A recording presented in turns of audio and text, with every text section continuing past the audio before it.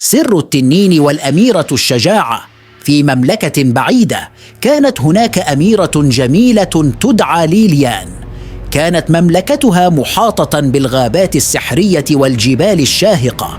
في أحد الأيام تم سماع صوت هدير غامض يملأ السماء، وظهر تنين ضخم يخيم في الأفق.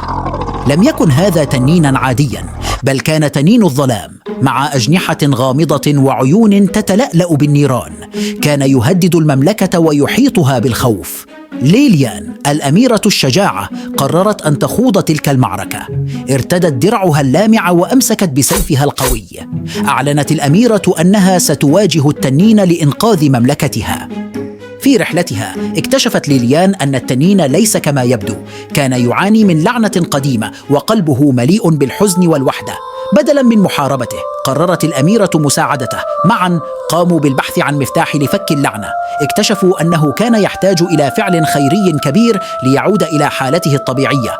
قادهم ذلك إلى مغامرات مليئة بالتحديات والصداقة. وفي النهاية بفضل شجاعة الأميرة والتعاون مع التنين تم كسر اللعنة واستعاد المملكة سكينتها. أصبح التنين حامياً للمملكة، وليليان أصبحت بطلة محبوبة.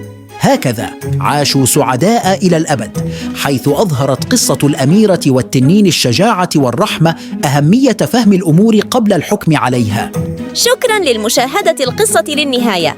لا تنسوا اللايك والضغط على زر الاشتراك بقناة حدوتة حكاية ليصلكم القصة الجديدة.